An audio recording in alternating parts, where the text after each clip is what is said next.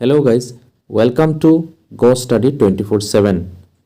आज इस वीडियो में हम लोग डिस्कस करेंगे एपीवाई यानी अटल पेंशन योजना के बारे में।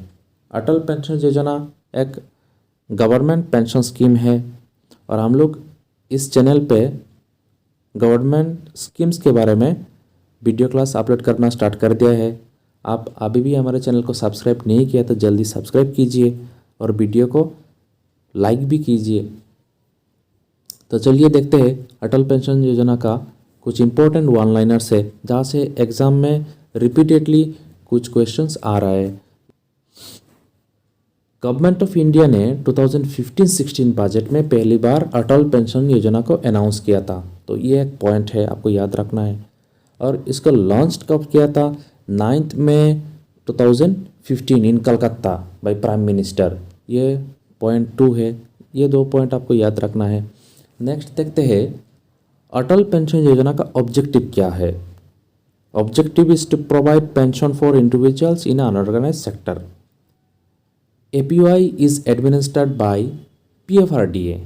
एपीवाई स्कीम ज्वाइन करने के बाद पर्सन का एज जब 60 हो जाएगा उसके बाद उनको मंथली पेंशन मिलना स्टार्ट हो जाएगा। और ये जो मिनिमम मंथली पेंशन है ये guaranteed by government of India. आपको यह पेंशन मिलेगा ही मिलेगा। तो मिनिमम पेंशन कितना है? 1000 और मैक्सिमम पेंशन कितना है? 5000। और पेंशन 1000, 2000, 3000, 4000 एंड 5000 ऐसे करके आपको ऑप्ट करना होगा। आप 1.5000 या 2.5000 ऐसे आप ऑप्ट नहीं कर सकते। 1000 के लिए प्रीमियम कम होगा, 2000 के लिए इससे ज़्यादा प्रीमियम होगा और ये एज के ऊपर भी ये डिपेंड करता है। APY is applicable to all Indian citizens. Bank और post office saving account is mandatory to join the scheme. मान लीजिए आपको किसी बैंक में अकाउंट नहीं है तो आप उस बैंक में जाके एपीवाई ओपन नहीं कर सकते। एपीवाई अकाउंट ओपन मतलब एपीवाई स्कीम ज्वाइन नहीं कर सकते आप। ऐसे बहुत सारा सर्विस है बैंक में, जैसे एनईएफटी। आपका किसी बैंक में अकाउंट नहीं है लेकिन आप कैश डिपॉजिट करके भी एनईएफटी कर सकते हैं, लेकिन एपीवाई के केस में ऐसा नहीं होगा। आपको मिनिमम एक अकाउंट, बीएसबीडी अकाउंट है, पीएमजेडीआई अकाउंट है, लेकिन आपको अकाउंट होना मैंडेटरी है जिसका मिनिमम रिक्वायरमेंट है आधार कार्ड। आपको Aadhaar card as a primary KYC उस अकाउंट के साथ मतलब आधार लिंक्ड होना ज़रूरी है और मोबाइल नंबर भी डिज़ायरेबल है। It is mandatory to provide nominee details in APY account. आपको नॉमिनी डिटेल्स देना ही होगा। In case of death of subscriber pension would be available to the spouse, और स्पाउस का भी डेथ हो गया तो नॉमिनी को करपास अमाउंट मिल जाएगा।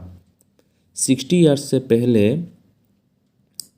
एपीवाई स्कीम से विड्रॉल अलाउ नहीं है, लेकिन एक्सेप्शनल सर्कमस्टेंसेस में ये अलाउ हो जाता है। Minimum monthly contribution for 18 years old person is 42 rupees. 42 rupees से एपीवाई का प्रीमियम स्टार्ट होता है, एपीवाई का कंट्रीब्यूशन स्टार्ट होता है। नेक्स्ट इम्पॉर्टेंट पॉइंट है the contribution can be done monthly, quarterly और हाफ ईयरली। ये आपको याद रखना होगा, इससे क्वेश्चन आ सकता है। Minimum contribution period is 20 years. मान लीजिए कोई पर्सन 39 प्लस एज में ज्वाइन किया है तो उसको 60 तक करना है कंट्रीब्यूशन, तो minimum contribution period is 20 years. There is a penalty, most important, ये 2023 का किसी एग्जाम में ऑलरेडी आया है। There is a penalty for delayed payment of minimum 1 rupees to 10 rupees। Minimum 1 rupee to 10 rupees का पेनाल्टी है अगर आपने टाइमली प्रीमियम पे नहीं किया। लास्ट जो इम्पोर्टेंट पॉइंट है, 2022 1 अक्टूबर में एक अपडेट आया है।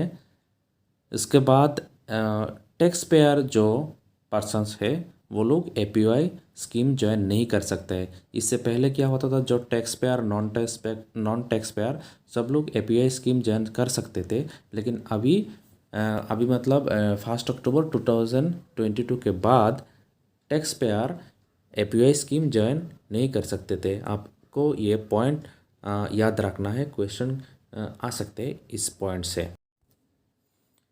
तो ये कुछ APOI रिलेटेड इम्पोर्टेंट पॉइंट्स है, तो आपको याद रखना है।